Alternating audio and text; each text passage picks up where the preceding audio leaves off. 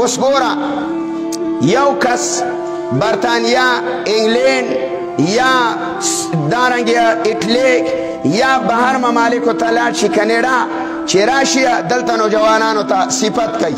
یاره وی اسلام پکې نشته مړه وی اخلاق او صفایي او دا ډنګرې او دا اسمان ته ورته جوړ کړي ای د الله ظالمه چې یو مؤمن یې صرف کلمې ویلي زناکاري غلیه ډاکوي او دارنګه شرابیه دا یو مؤمن او د آدم علیه السلام نه راواله تر اوسه پورې او چې نور د قیامت پورې څومره کافر پیدا کیږي دا د یو مؤمن شرابي د یو مؤمن زناکار د یو مؤمن غل او ډاکو ته نشي رسېدی د ټولې دنیا د آدم علیه السلام نه د قیامت پورې کفره دا د دې مؤمن مرتبه ته نشي ته د اتې په وخت کې ودې د غیر نه متاثر د مؤمن صفت وکړه د رسول الله د اخلاقو نه خلق متاثر دي د صحابه د کردار نه متاثر یهودي بسې داغه د اودسمات طریقه نه ده معلومه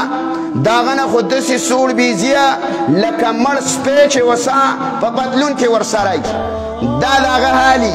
سړی خنزیر نه پیژني په ژبه باندې نه پوهېږي سپی او د ځناور په منځ کې فرق نه کوي پیشو خوري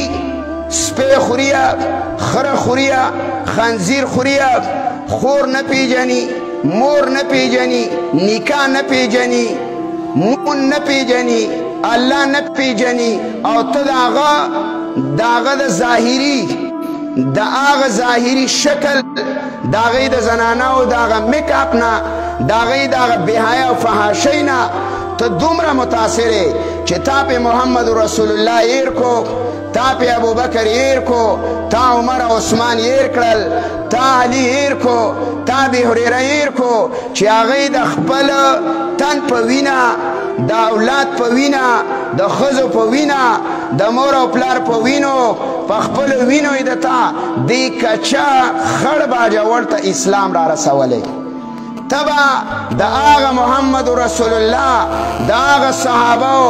د هغه په مخ کې به ته مؤمنه جوانه څه جواب الله له ورکوې چې تی صفات وله د غیر مسلمو لیږلی وي تی شکل او صورت د هغو له لیږلی وي د الله د نبي سیرت وګورئ علماو سره کښېنئ تبلیغ والا سره کښېنئ